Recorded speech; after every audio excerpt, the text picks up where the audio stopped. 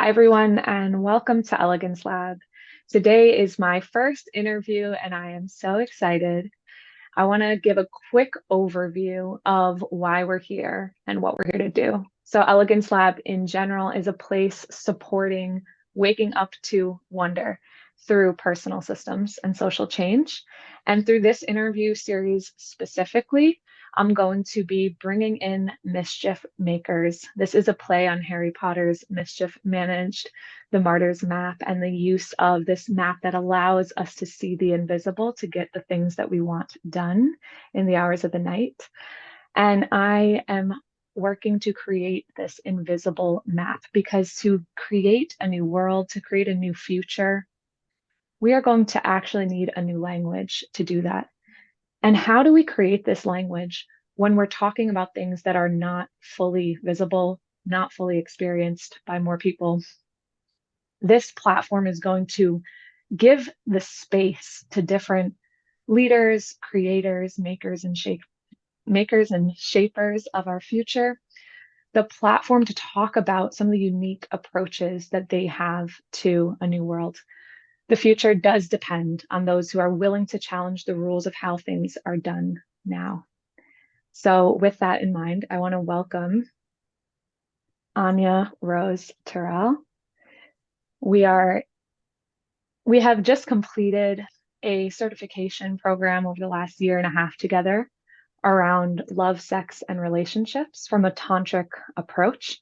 So we mix mystical, historical practices from ancient China and India, Taoism and Tantra, with modern neuroscience and up-to-date techniques with healing from trauma.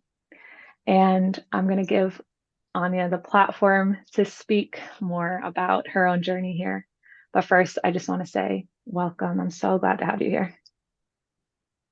Thank you so much. What a beautiful intro. And I didn't tell you this in advance, but one thing I wanted to note about this interview is I remember joining our program last year, and you were one of the first intros that I saw.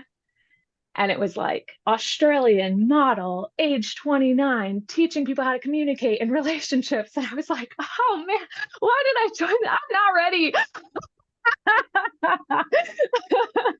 And fast forward like 9 months later, we're meeting up on a beach in Costa Rica and having these like deep philosophical discussions about change. So I'm really delighted to invite you into this space and get to learn about your journey here. And that's really what I want to start with. What what awareness, what shift happened in you that you entered into the space of relationship coaching? Mm, thank you. Thank you. What a beautiful journey so far. I just feel like we've been nurturing this friendship like online, and then finally like getting to meet in real life and like grounding it in, going cool, like wherever we are in the world, we're going to be like holding this pillar of cheering each other on. So it's just so beautiful. Thank you. So yeah, I've realized that for me, everything that I do or that we do in our lives is about relationship, whether it's our relationship to ourselves, to our lover, our brother, our sister, our family, or also to our communities, to the earth, the environment. And I've been nurturing this idea of relationship, I guess, teaching, coaching, facilitating on and off for 10 years in so many different forms, from studying Tantra at a much younger age to understanding yogic philosophy and our connection to, the different energy systems and the relationship in our body, and then transforming that into ancestral healing work and learning the relationships that we have with our ancestry and how that affects our relationships to everything else in the world. To then shamanic space holding, medicine and magic. So really learning about our connection and relationship to earth medicine, to the spirit world, to our capacity to manifest from a cellular embodied level.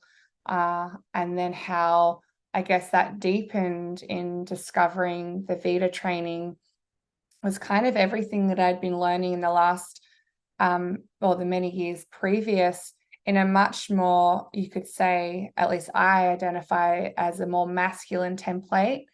And then really choosing the Vita training, the love, sex, and relationship coaching because of the feminine energetics that were being represented through Layla's teaching that I hadn't received or been willing to receive yet.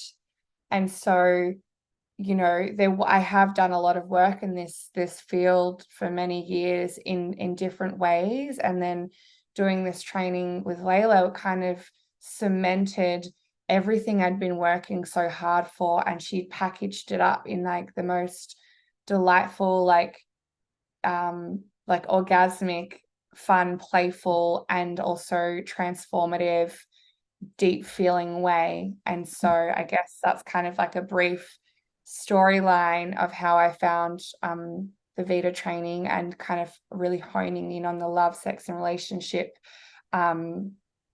I guess format and how we relate to ourselves, our sexual energy, our life force, and how we can have better connection and loving relationships, and obviously live a more tantric life, a more magical life. So yeah, I think that's a brief a Yeah, brief play by play of the last few years. Yeah.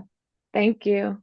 And I'm curious because there's so much depth in each of the different spaces you talked about. In my mind, I'm visual, so I'm always getting pictures, and I almost see this web emerging of like a little bit here, a little bit there, and more of the plant stuff, and more of the human, and more of this. What was a moment like you don't you can go as much in depth as you'd like, but can you give a quick picture of where you were born in the world? Like, what was the cultural norms in the space you were in, and where was a tipping point? Because there's something about once we get into the world of I'm actually seeing change or wanting change, where the things start to unfold in a kind of a path. The universe is very poetic and starts co-creating a path with us a bit and pulling in different people and different things. And I hear in your journey this decade long journey of all these things. And we'll go more into that. But I'm just curious, where did it go from whatever cultural norms you grew up with to this decade long journey of intertwining different healing paths? Yeah. My journey feels very different in many ways. Like it's not super standard comparatively to like what I've witnessed or experienced in a lot of people's journeys. So I was gratefully born into a very holistic, very spiritual family. My mother was practicing Hinduism from a very young age. Not my grandparents on her side, but she was the rainbow sheep of her family. And so from her early 20s, she was living in an ashram, studying Hinduism in the religion of Hare Krishna. So, I had when I was born, I had this very holistic or already in-depth understanding of spirituality, connection to life force, to other realms, to the dream world, to the plant kingdom. And I feel like I spent the first 12 years of my life, like really, obviously taking a lot of ancestral trauma. So trigger warning, like I have experienced, sexual trauma from a young age that really affected and shut down like my throat chakra, my nervous system. And I became like an extremely sensitive, and I already was an extremely sensitive being. I became hyper vigilant to my surroundings. So hypervigilance, if anyone's not aware of what it actually is like I'm constantly scoping the area for threat, meaning I actually created what is now a gift for me, a very amazing capacity to read people, to read spaces, to see beyond just like the human form and materially what's in front of me. But that is a trauma response. And so from a young age, I was always feeling very confused about human behavior. I was very confused about why people behaved the way they did. I could tell as soon as someone was lying to me. Like, I was bullied a lot at school, and one of the reasons for that was because I had this capacity to just say things as I saw them. Like, oh, that's red. Of course that's red. But people would be lying and saying it's blue, and so that actually distorted a lot of my connections because I wasn't in on this, you could say, collective lie or distortion that my friendship groups were all colluding together. And so that often made me feel very isolated. I was the weird hippie spiritual kid at school, like I'm Were there grateful. did your mother have community around her? Like, did she get introduced to that in Australia, or had she lived out like in India? Or yeah, okay. She so my mum never left. She never left to go live in India, but she went and lived in an ashram in New Zealand for a while with my brother's dad when they were in their early 20s. He was an activist and my mum was, like a devotee to Krishna. And they realized, that there was a little bit of distortion still it's still a religion, there was distortion in the religion. And so they decided to move back to Australia. My mum split from my brother's dad, and then met my dad when she was early 30s. And so I think by the time I was born, I think my brother was about 7 or 8. And so my dad also comes from a very, my dad's lineage is very clearly holistic and spiritual. My grandfather was one of the leading psychiatrists in Australia, I don't even know, over 50 years ago, in psychedelic therapy. And Wow. it was very scandalous. There's a lot of scandal in there, and it's not something that is super public or that they like to talk about because it's kind of like a family wound as well. But ancestrally on my grandfather's side, psychedelics, plant medicine, shamanic practice, holistic healing is very present. And so a lot of my one of my aunties is like a philosopher and a scholar and a teacher. And then another one of my aunties, that they're all very like spiritual healers of some kind on my dad's side. My dad is an osteopath and does kind of like craniosacral, or like works with the nervous system and the skeletal structure of the body. He's also very, very spiritual. So that's a little bit about the lineage. My mum's side is just like the typical farmer family, not very open at all, not really religious in any way, but just more like the typical 1950s family kind of style. So she was So the odd one out in her family, but he was coming from this environment where he was kind of fulfilling what others had already lived. And if you don't mind me interrupting, there's also, you had this exposure to science and spirituality. Did that feel like, I'm just curious, when you're talking about being at school and naming things as red when others see it as blue, is this one of the areas where you actually, like, did you have conflict about the relationship of science and spirituality? Or did that feel, um, like from what I'm hearing about your upbringing, it sounds like you got exposed to both of them in relationship relatively young.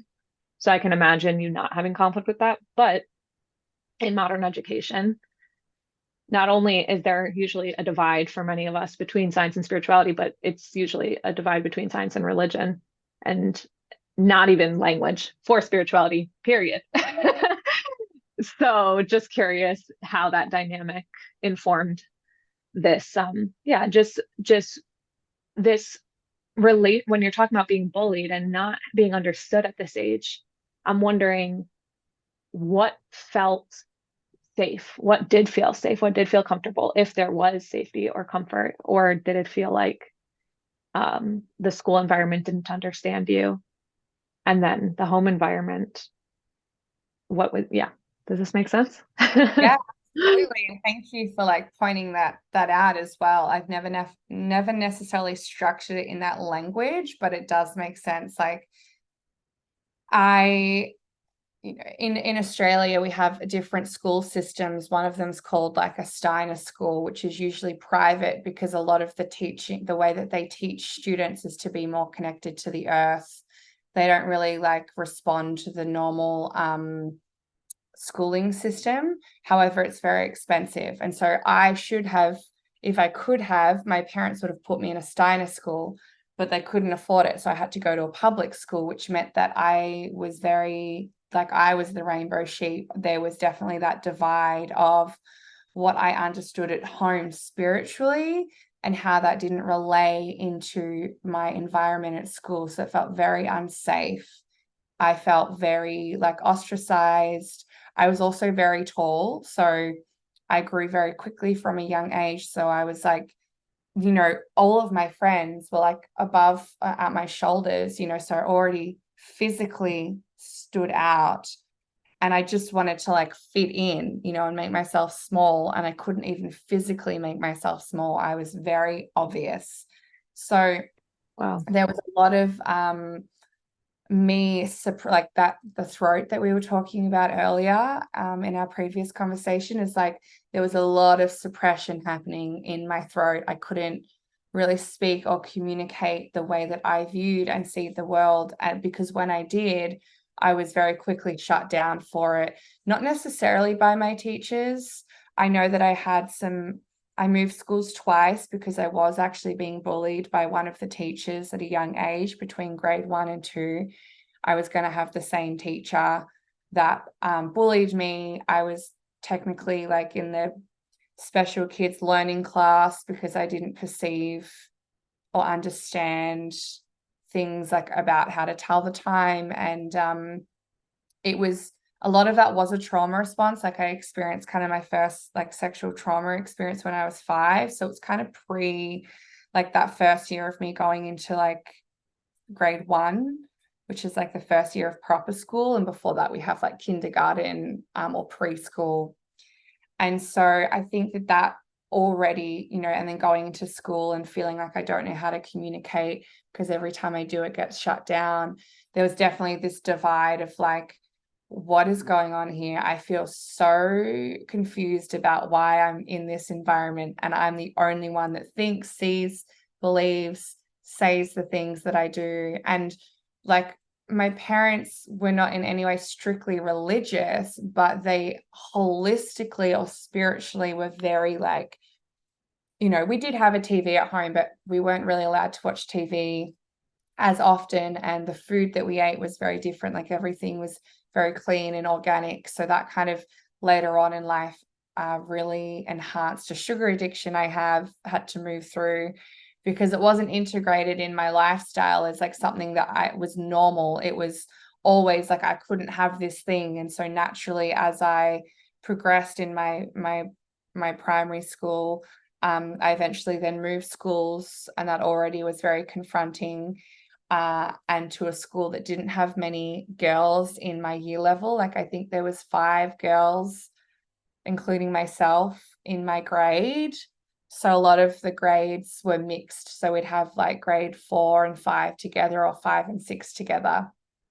And I felt very, like I was bullied a lot. I was bullied for what I wore. I was bullied for the way that I thought about things. The girls would often leave me out, like they would go, to the other side of the school playground and I wouldn't be invited. And so that actually meant that I started to build more relationships with the boys. Like I always just wanted to hang out with the boys because I didn't really have girlfriends at school. I was And like I, the weird girl. and I was going to ask this as well.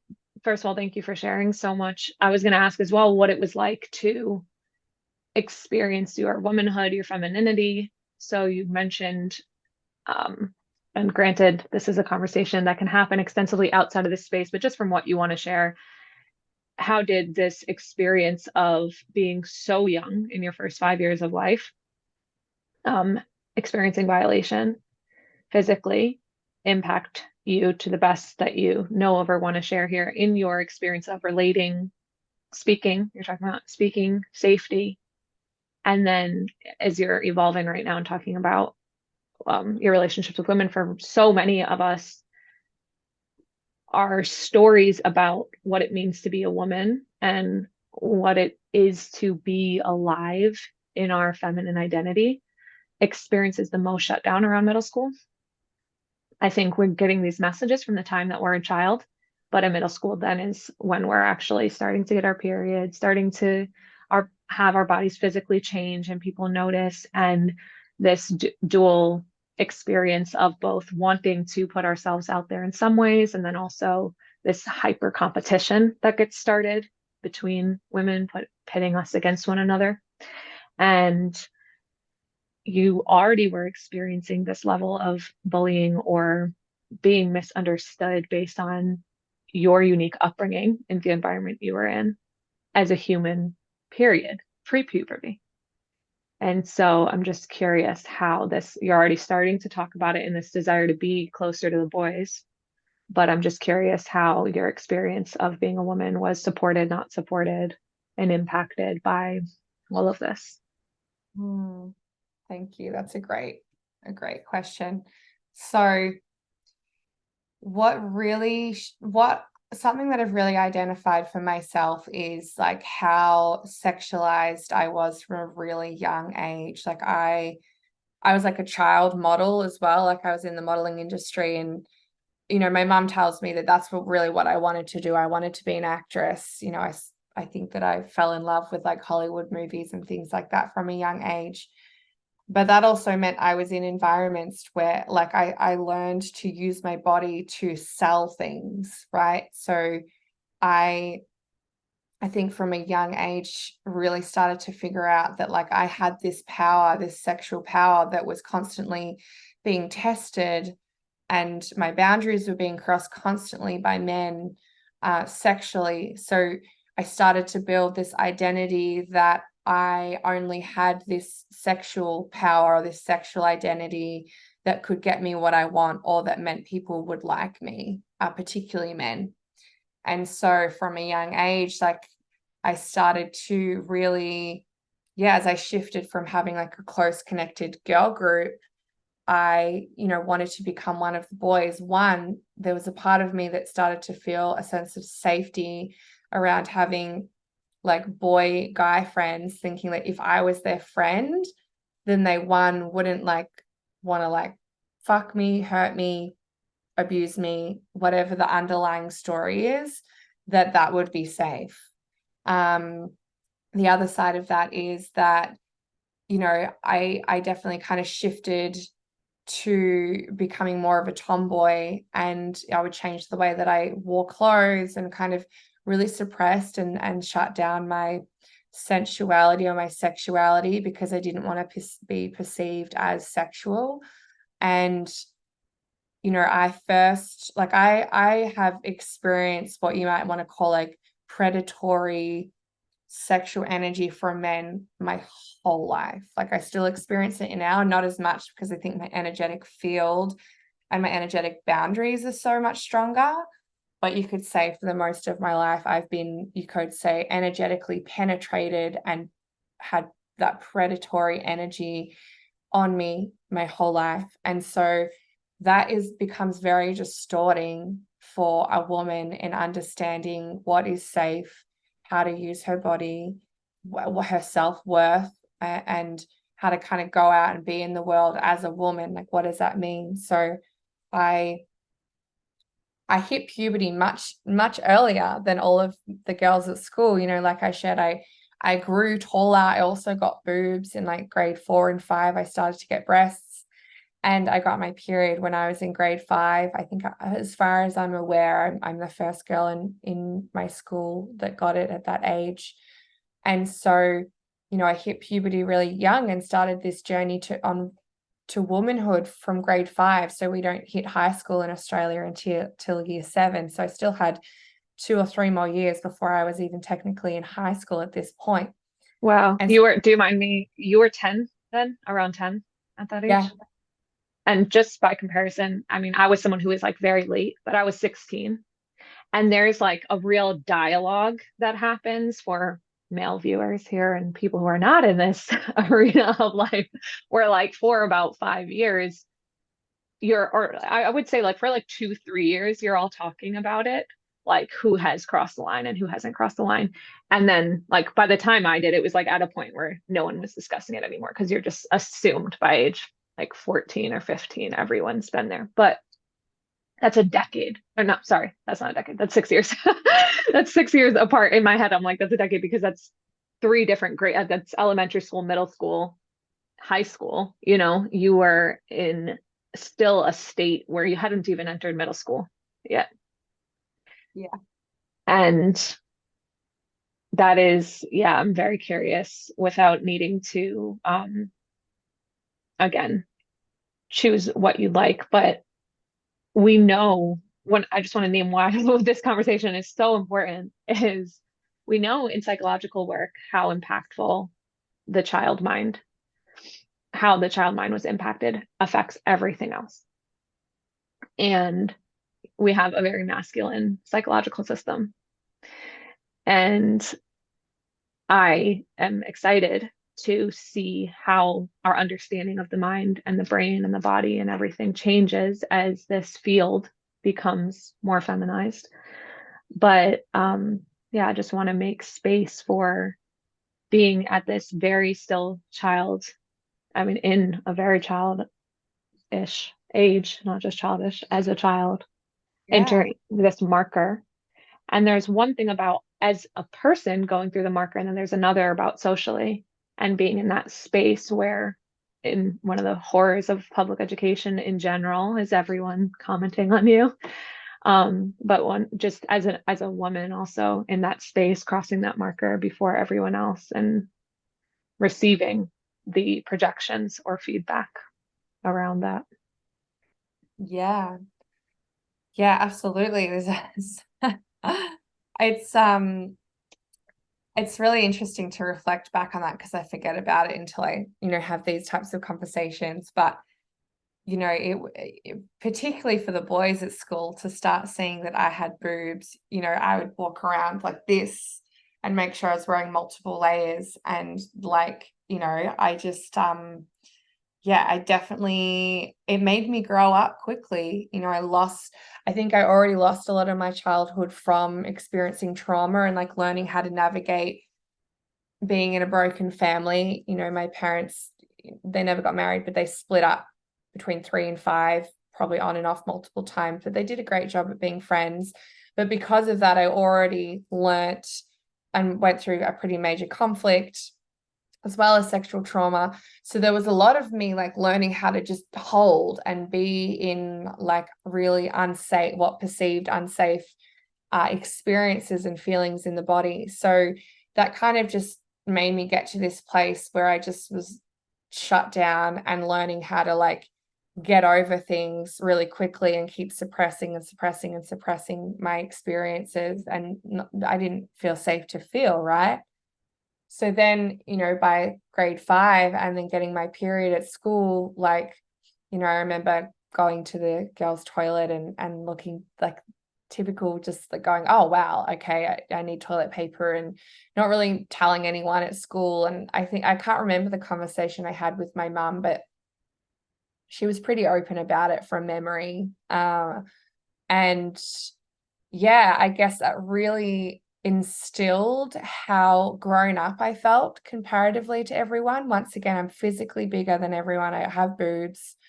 I'm like the tallest kid in my whole school. I'm taller than some of my teachers even. And I look like I'm 16, but I'm 10.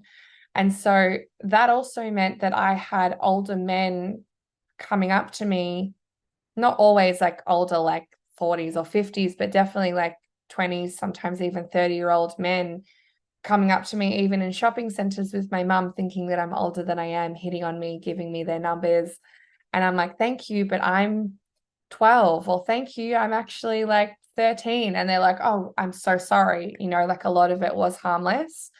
But the other side of that is like, there was that constant like validation for me that men wanted to be with me because of the way that I looked, you Yeah. know? And I know that you ended up doing a lot of healing work throughout your adulthood. So I'm sure like that's these experiences have shifted how you understand these moments even.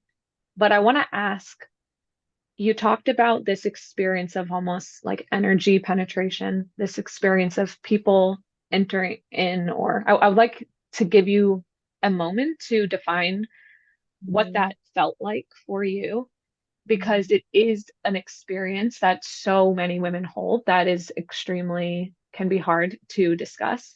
But more than what it felt like, I want to know how it impacted your relationship with yourself.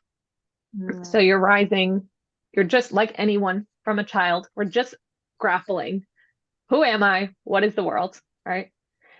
Looking to adults for understanding, and then also looking to our friends for understanding, and also looking where, and I mean, we're still on a path here to get to relationship work and sexual healing, and we're going to get there.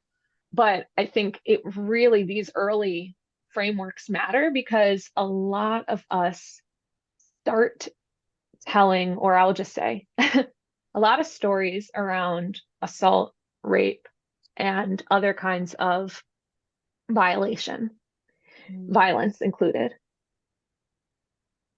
Because we're sensational beings, we tell stories from the act. So we'll hear, and this is not to erase for many people, like real acts of violence and violation did happen in physical ways from a young age. So it's not to erase that. But in Yeah, our own lives, a lot of us start the story from the act of physical violation because it's so potent. yeah, And I believe these, our adjustment to violation begins mm, way sooner. It begins, and for many of us who ended up in situations that involved physical assault, many of us as women in physical assault or physical violation, there was an energetic or emotional violation much sooner. I actually believe all of us are going through this as people in our own way, but as women, we have a distinct experience of this. yeah, It's starting much sooner with the shutdown of our voice, with the shutdown of our dimensionality as a being, with our capacity to speak up. It's shutting down with the overriding of our family, overriding things. It's shutting down with women not believing us in certain things. And so by the time we're a teenager or at the age where more experiences of higher, more severe cases of violation happen for some of us. Some of us it does start sooner, but for the place where it starts for many people, which is when they become sexually active, the experience of violation has already started much, much sooner. And I desire a world where like these conversations get to start much sooner and we have greater dialogue for what violation means and what the impact is on our relationship with our whole being. mm, But I want to give you the space to talk about not just what it was for these men to enter your life, but for yourself learning to relate to yourself in this environment. So yeah, how you define energetic penetration and then how you learn to relate to yourself and navigate working with yourself in this space of modeling and putting yourself out there, being at school, being at home, and growing up. And how did you hold yourself? How did you learn to hold yourself? And how did that end up informing how the journey you would end up going on? Thank you. Yeah, I even posted this little thing, a meme the other day on Instagram that was like, I think you like this too. It's like if you mistake my kindness for flirting, then, I can't remember the whole tagline, but, then you must be really suffering from not knowing what it feels like to have someone be kind to you. And I really see that in that I got to a place where I had been so physically sexually violated multiple times from 5 till 12. And then also energetically amongst that until, for the rest of my life, basically, energetically. I got to a point where I shut myself down so much because I felt like no one actually wanted to hear what I had to say. No one actually wanted to get to know me. I was just a physical vessel that would turn someone on, make someone, feel horny or sensation in their body. And so it ended up becoming this huge separation where I felt like my self-worth I was only good for sex. I was only good if I was to please or pleasure another man. No one really wants to listen to what I have to say. And so I learned to identify my sexuality as like my tool. And in the end, I think it also becomes like a manipulative. I kind of learned how to use it as like a manipulative tool in the end, because I was like, oh, like no one really cares about how I actually feel. But if I want to get what I want now, I have this power. I have this sexual energy that everyone seems to want and is going to violate me for it. You know, I end up becoming almost like a prey to the predator. And this energy really makes you start to feel like you are in this constant energy, like I'm in this constant, like you could say almost like war against everyone else in my environment. And this feeling of constantly feeling unsafe, you know, rippled out and has rippled out through my whole life. And it even shows up for me now in ways where I'm like, oh, like why does, like if a man even wants to get to know me or get close to me, you know, I was like, oh, he only wants to fuck me, right? Like he's only interested in that. And so that really hit my self-worth and made me feel like, okay, like going into the modeling industry really, like I kind of dabbled in and out of the modeling industry probably from like 5 to 12-ish. Then I went to high school and like I really started to hit puberty in a different way then. Like, you know, I started to get more like acne and like I got puffier, like I put on weight. And so, you know, my beauty, and I was a real tomboy then, like I cut my hair off really short and like I started to find joy and pleasure in like piercings, like because I looked like I was 16 and you could get piercings when you were 16 technically. I started to pierce, you know, every part of my body. And I was like, oh, this is my protection. Like I look like one of the boys now, you know, I wore baggy clothes and I rode motorbikes and like all of the things I wanted to do on the weekend often were hanging out with the boys and like driving cars and just doing like dude stuff. And so that So the really, boys did receive you. they did when I became like one of them, you know, like they did when I just became like, in Australia, we have this term called like bogan. Like you talk a bit, like you're constantly talking in slang and every second word is like fuck. And like, there's just not much intelligence there. It's just like a very simplified language and connection Mm. with people in your environment. And so I really resented being a woman. There's times, and I see, you know, this is a touchy topic and I can't fully speak to it, but there's a part of me that understands the transgender movement in that way, is that I absolutely have resented being a woman for a lot of my life. I've resented and hated my body because of it. I've really hated myself in many moments of my experience of being a woman, because of feeling like my worth is only of value when it is related to sexually pleasing a man. Yeah. And that really shifted and oscillated in and out of, you know, from like high school, so let's say like 12 to 13 to 2021, I really was on a self-destructive journey at that point. Like I drank a lot of alcohol from a very early age, from like 11.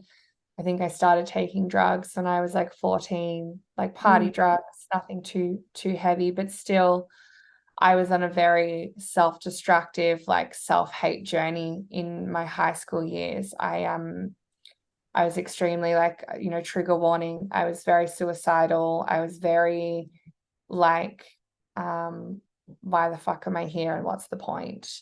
And that definitely led me down a track to the self-destruction. Was like I wanted to be like the loudest party girl in the room, who drank the most alcohol and like wanted to be the funnest. So I was like over performative in my friendship groups and my relationships with guys. I often, you know, this is the point where I started to have older boyfriends, and it really got me into like a very physically abusive relationship between 12 and 16, I was in a very physically abusive relationship with a boy that was 3 years older than me. And, there was violence for sure. He used to throw things at me, like push me up against the wall, like he would spit on me if I didn't give him sex.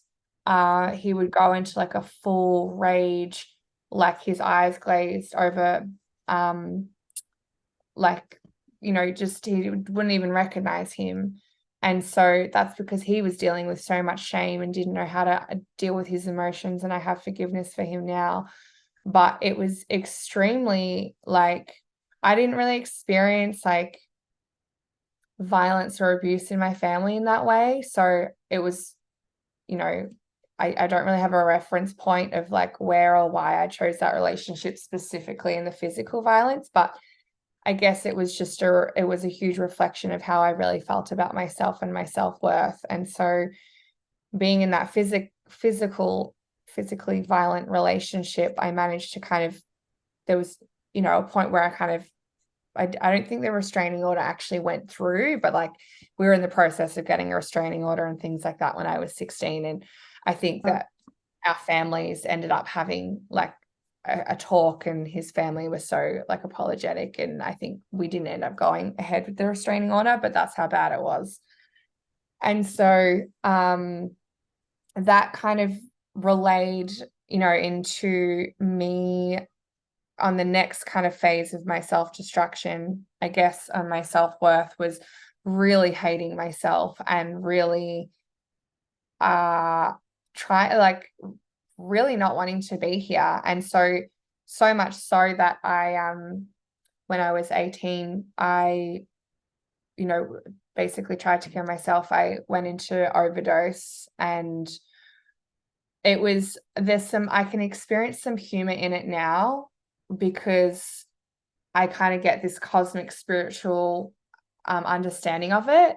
But back then it was very much like, drank as much alcohol as I could, and then, took as many kind of painkillers and things in the cupboard as I could. And I was just like, I'm done. I don't want to be here.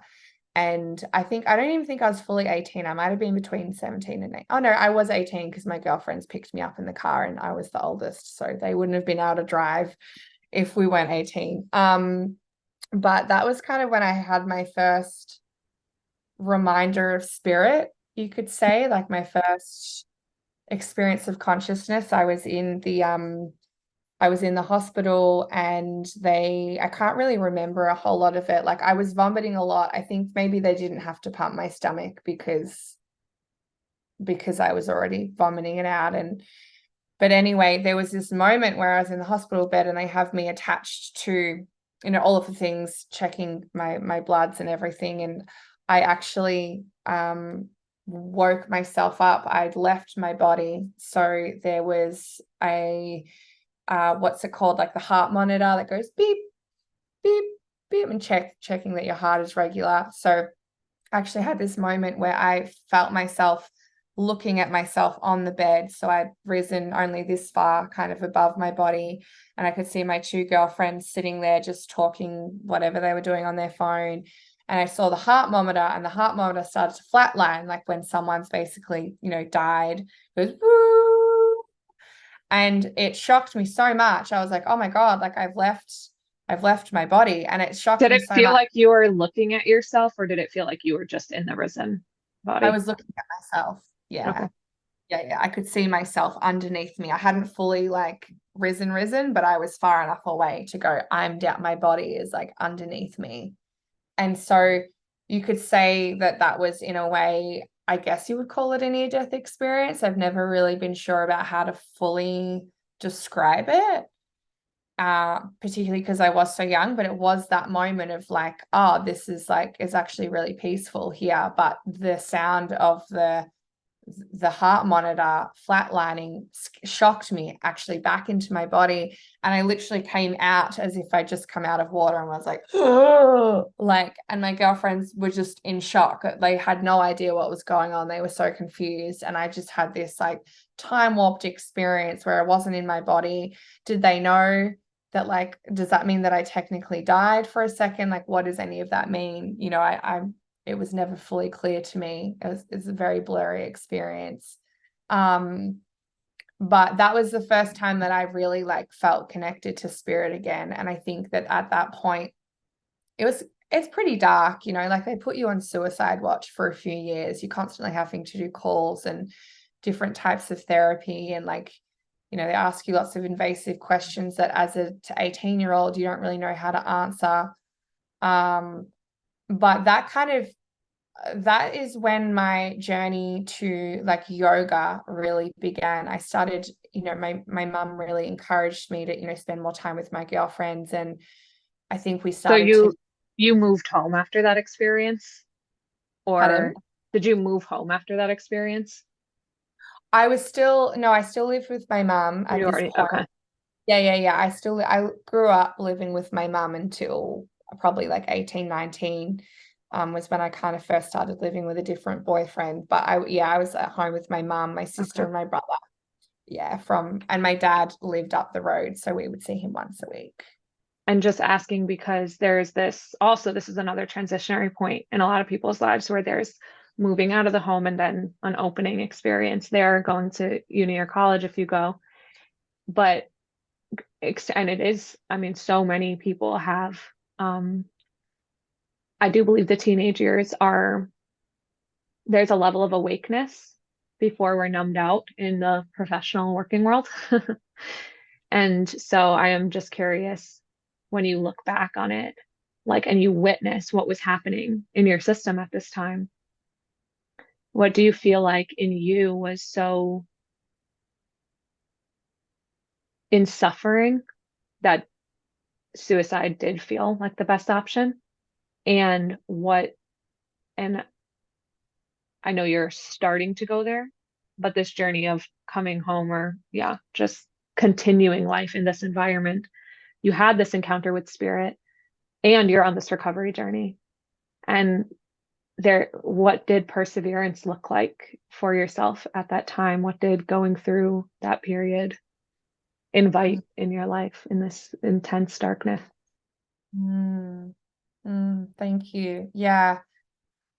Ah, it's just the self-hate and the unworthiness was so strong, you know, the feeling that no one fucking cares about me. Like I have the most amazing relationship I think that I can have with my mum and dad to the best of our capacities. And I'm just really grateful for that. But at the time, because I was so rebellious, you know, my mum and I didn't have a great relationship. I was very rebellious and I understand her pain. You know, no one could ever ground me. It didn't matter any type of authority. Like I would just rebel against what anyone said. And a lot of that was like testing, I think. But the main reason for the suicide, I've had suicidal thoughts probably from the age of 8. I have thought about not wanting to live. And I think a lot of that is energetic penetration from other people's energetic fields. You know, I have a shamanic belief system around absorbing other people's energy and us having like not very good energetic boundaries, meaning we can take on other people's belief systems, other people's thought forms, obviously ancestrally, but also in our community and in our environments. And so And I if no believe, one teaches us how to hold boundaries and we're already hypersensitive or yes, already very open beings, then we're just taking it all in. And I just want to say thank you for also acknowledging the relationship that you do have with your parents, because I've also had people ask me, but you have amazing parents. How could you struggle in XYZ way? And or where would you have learned that, because we have as humans this desire to put again with the stories are powerful and they're also deceptive when we don't have any language for energetics, for spirit, for other dimensions of life, because we're constantly looking for factors in the environment or to the best of our knowledge of what the brain is. And while the brain is an organ that is teaching us about mental health issues, there's whole other experiences happening in the energetic and spiritual realms that I do yeah, desire to bring attention to in this space and welcome people on this channel and in this space who also have different perspectives of mind, body, spirit, brain. But just want to name this acknowledgement for yourself of I had probably some of the best loving relationships with both of my parents that I could have, and the self-hatred and the feelings of unworthiness and their impact on me from the culture I'm living in, from what I'm going through, and from my own unknowing of how to, or I'm putting these words, but as also a very hypersensitive child who had no idea how to navigate the wall growing up in New York City, where you're exposed to so much every single day. And I was taking the train at age like 12, 11, 12 alone. And I didn't know what was happening, but it would feel like my whole system was like drinking in and taking in tons of feelings, emotions, thoughts, in addition to growing up in um, a place where there's millions of people surrounding you without Yeah, open space. So just want to name this too, this like the penetration of predatory people, but also of this um, the culture itself and its unripeness for making space and developing and protecting young women, period, and having almost zero navigation of any of this, the energetics, the creativity, the mind, the spirit, and womanhood. absolutely. Yes. Thank you. Yes. Yes, yes, yes, absolutely. And I think that that is, yeah, the harder that this is where my journey for ancestral healing really showed up for me, because I know that I came from love and I know that my parents love me, but out of, they got the short end of the stick, you could say, in their family lineages. My mom has extreme self-worth issues and she was very abused, and then I believe in whatever she was carrying and that she hadn't healed through. Obviously, I am taking on in utero and pre and post birth. And so that is a huge aspect of it. Absolutely. I am absolutely healing my mom's stuff.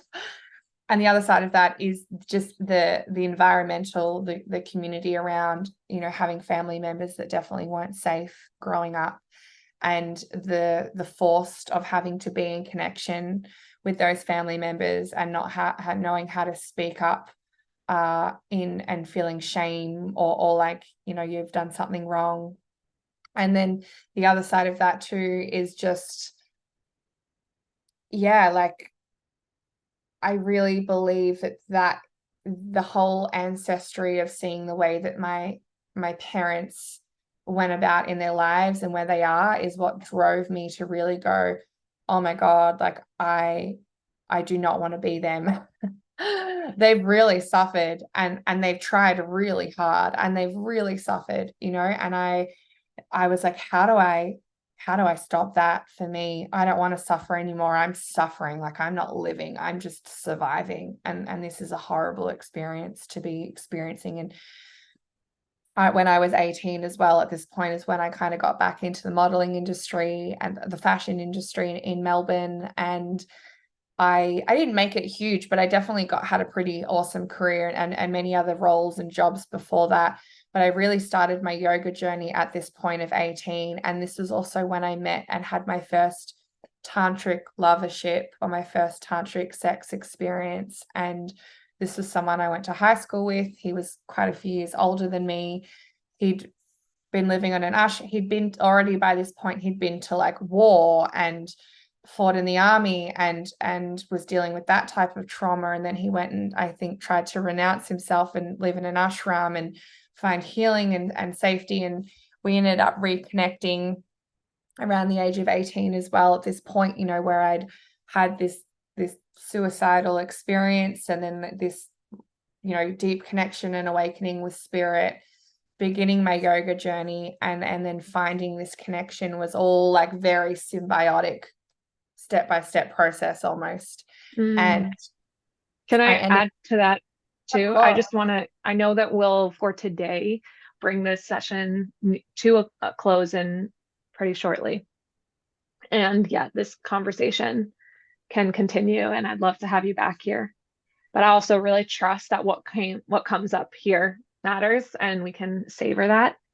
And I just want to name this introduction at this point in your journey of yoga and sexuality entering your life at the same time. Because here's another interesting transition where for a lot of people entering into spirituality and even the yogic spaces, there's still this hyper separation of sexuality as a healing tool. And so I just want to name or invite you into a reflection on that coming in, and how you feel like why that was why is it relevant, sexuality as a healing tool, why did that, how did that impact you, and then anything else around this opening, because this is where we're closing right now, the opening actually. Oh, there's so much. I've got so much to this story, and thank you for allowing me to share it. But yeah, I guess this was the he gifted me with the initiation of understanding that sex was beyond just the physical penetration. I had for the first time a cosmic tantric experience that was for hours and hours and hours of energy exchange and meditation and prayer and love making. And it was one of the first times that I had like a godlike experience sexually. And that was the first time that I was really like, wow, like this is what yoga is. This is what union actually is. This is what it actually means to be with someone who energetically can guide and lead you to a place of safety. And that really transformed sex for me for the last 10 years. And I joke that it ruined sex for me forever. In some ways it did, which is a gift, because I have since then tried to have what you might want to say like normal sex, and my body just shuts down to it straight away almost every time, unless I'm with a tantrically, energetically aware masculine that can allow me to feel safe and open and understands that language and understands the language of the energy in the body. And so And how do you that, define Tantra, just for someone who's not as familiar? Yeah. yeah, absolutely. Tantra for me is like a unification, um, of life force. And what that means for me is that it's not just the way that we have sex and make love, it is the way that we eat our food. And this is the same as like yogic philosophy around what yoga means. You don't just go to yoga and you do asana, like you do the positions and you've done yoga. It relates to every single thing that we do in our life, from the way that we sit in meditation to the way that we eat to the way that we speak. And so for me, it's the unification of the energy system in the body that creates unity and balance on like a cosmic life force energy field. So it's really harmonizing our physical body with the energy of the earth. And so that can be sound very spiritual, but we know it's a system and there's a whole system to it. It is a spiritual science, and that's what I love. I love about it. Thank you so much for, well, like bringing us to the mat. I feel like that's where we are, like the mat outside the door. That's it. And then there's now a whole world within there, of course. But this is actually what I had asked at the beginning. It's like, how did you get here? And I haven't known all these parts of your story. So I actually didn't know we would go fully here. And I want to thank you so much for sharing and speaking. And I want to speak directly for a moment, just given that this is my first interview and I didn't even know that we would go down this path. I knew different elements of your story, so I was pretty sure we would talk about some things, but I didn't know we would go in this level of mental health. And 4 years ago at this time was a mental health breakdown in my own life. And my mental health breakdown for me was also about sexuality, but I could not figure out how to get help in this area because I hadn't been exposed. I just got exposed to Tantra still a year ago. And I was looking for solutions to wholeness, or like frameworks that would get me to wholeness, because I did have a belief and a faith in greater wholeness. but I kept on trying to do it by skipping over my body. I was already a yogi, so I did know that my body has a way of being more unified, but I also was pretty sure that if I could just get the right framework and the right frame of mind, then I could get out of my situation. And this is one of the reasons that people struggle so deeply to even get mental health help because there's so much language. To me, this is very aligned with our very masculine culture. There's so much language that's like, change your mindset, change your mindset, change your mindset.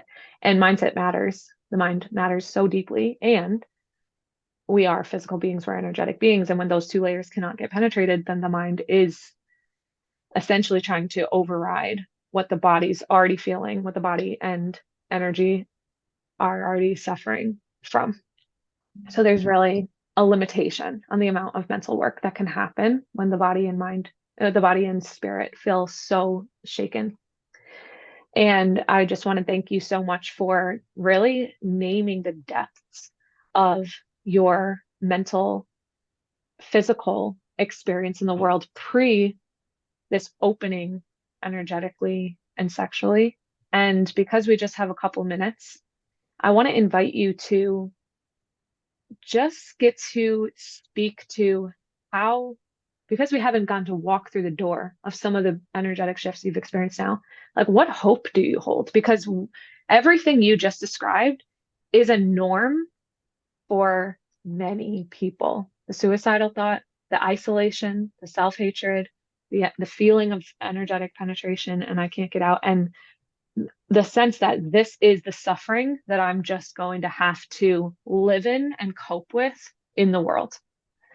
And while you are not here handing off a single golden ticket, because you started this with, I've been on this journey for a decade and I've worked on XYZ. You named like 25 different things you work on. So, what I love sitting here with you is this interview is not going to end with like, and here's the golden ticket and sign up. And like, this is how everything changes.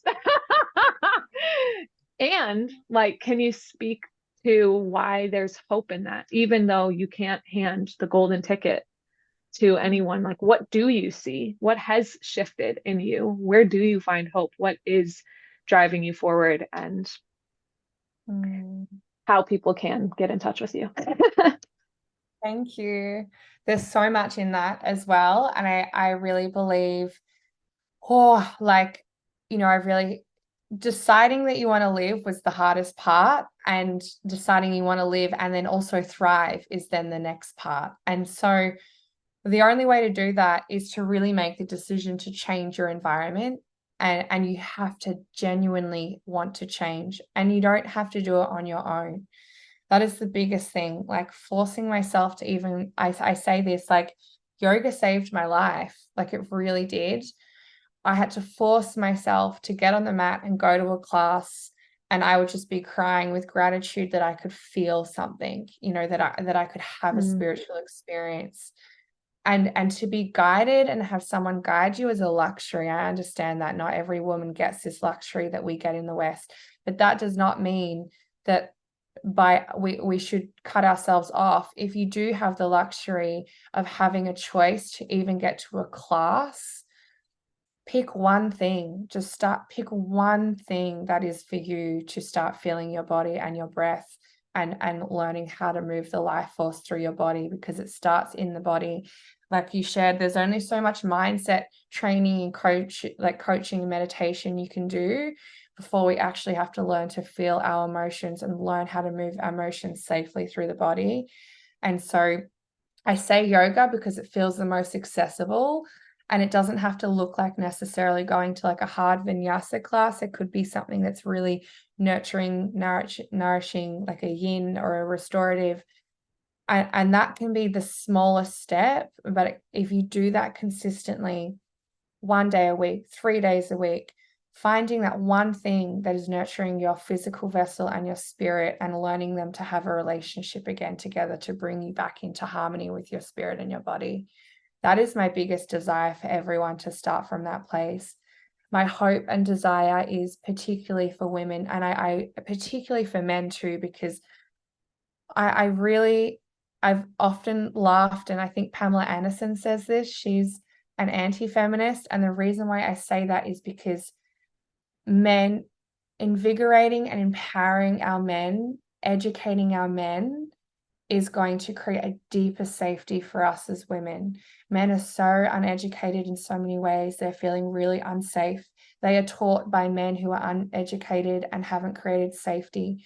It is a part of our job, I think, as women, as tantrikas, as spirit, is to find a way to educate men as well as women. And it starts with both of us. And that's my biggest prayer, is for women that we find enough safety and self-love to learn and teach men about boundaries and how to have safe boundaries. And is my biggest prayer that men find masculine leaders that teach them how to create safe containers for women.